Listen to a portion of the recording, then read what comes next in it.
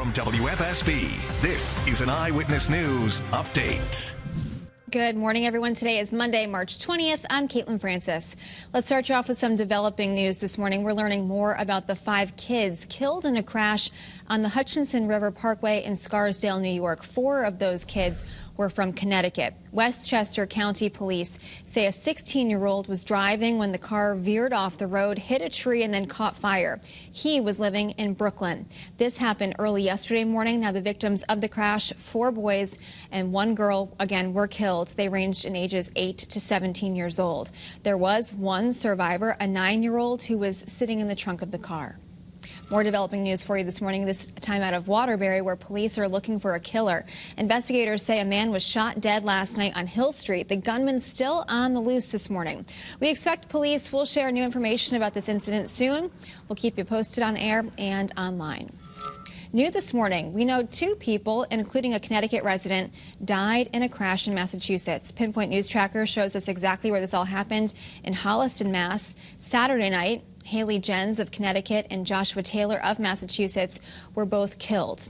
Police say excessive speed appears to have been a factor and caused the car to roll over and hit a tree.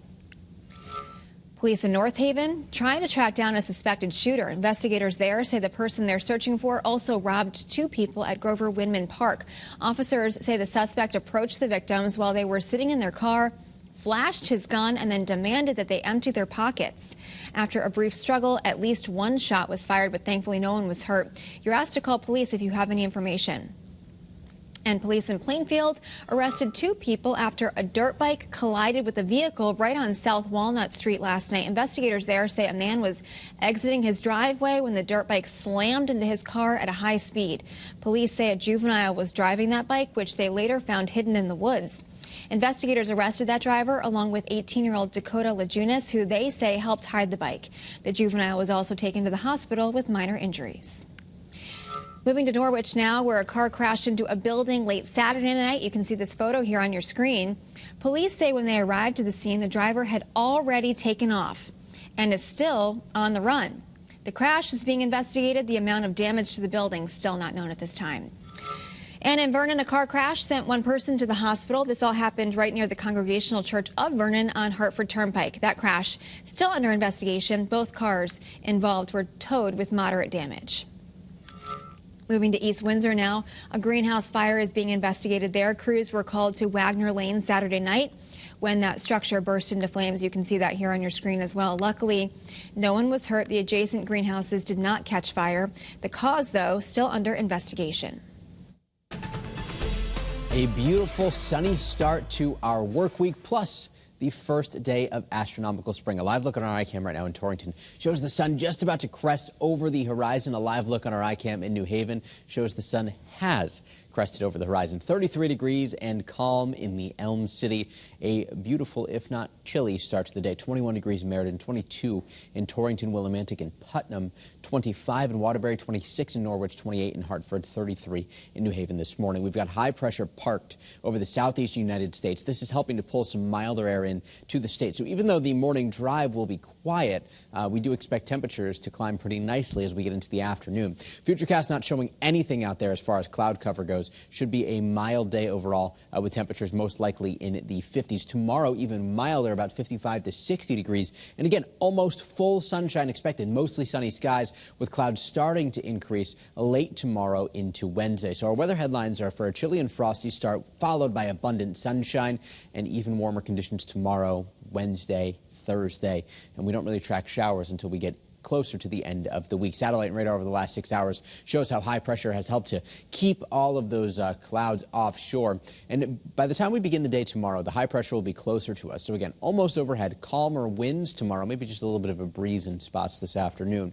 But by Wednesday, we have to deal with increasing clouds. So even though we'll have pulled more of this milder air in, there's also more moisture around. And the increased cloud cover, less sunshine, means that Wednesday likely will be a couple of degrees cooler than tomorrow, but still above average overall for this time of year.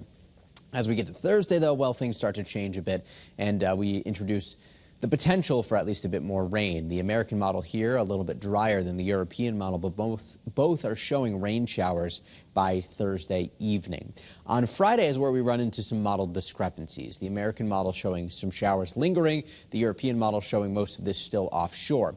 And just given the trends recently, we're still thinking Friday likely will be mostly cloudy, maybe a sprinkle here or there, but Saturday is what we're focused on for the potential for more widespread rain. It certainly appears that this weekend will begin a bit more unsettled than where we've been, with rain back in the forecast. However, temperatures will be warm enough to support just rain, not expecting anything frozen out of that. 50 degrees is where our average high temperature will be starting on Thursday for the Hartford area. April 14th, that number climbs to 60. By May 8th, that number climbs to 70. So astronomical spring begins today, and here's some of the signs that we have to look forward to that we really are in the heart of spring, or getting into the heart of spring. Of course, we're less than 2 weeks away from the start of April, and today certainly going to show off a bit when it comes to just beautiful weather conditions for March. High temperatures mostly in the 50s. A little bit chillier in the Northwest Hills, especially where there's still lingering snowpack. Tonight, mainly clear. Temps in the 20s, about normal for this time of year. Colder where there's snowpack, a little bit milder along the shoreline, closer to that freezing mark, 32 degrees. Early morning 7-day shows spring 524 today. 53 inland today, expecting highs around 50 at the shoreline. 59 inland tomorrow. And since we don't have snowpack across central and southern Connecticut, some of those towns could actually briefly touch on 60 degrees, 56 at the shoreline, a little bit chillier with some onshore wind developing. By Wednesday, we watch temperatures climb even further into the 50s. Thursday, very similar. Friday, likely topping out in the upper 40s to near 50 degrees. Saturday running a little bit cooler just due to the increased cloud cover and some rain showers around. We do clear things out Sunday. It'll be breezy with highs still in the 50s. So, Caitlin, we've got certainly a nice week of weather overall to look forward to. Another week where we don't have any snowflakes on the 7 days. So a lot of people excited about that. Today, a new legislation is being announced which will hold executives of failed banks accountable. That new legislation, called the Deposit Act, would allow the Treasury Department to claw back bonuses and stock profits to ensure financial downfalls don't fall on taxpayers. Senator Richard Blumenthal will be meeting in Hartford at noon to discuss that matter. And in Vernon, the reconstruction of the Dart Hill Road Bridge resumes. They will be adding a variety of new surfaces like ramps and drainage systems. So starting today, drivers should expect lane restrictions. Starting April 10th, the bridge will be closed completely.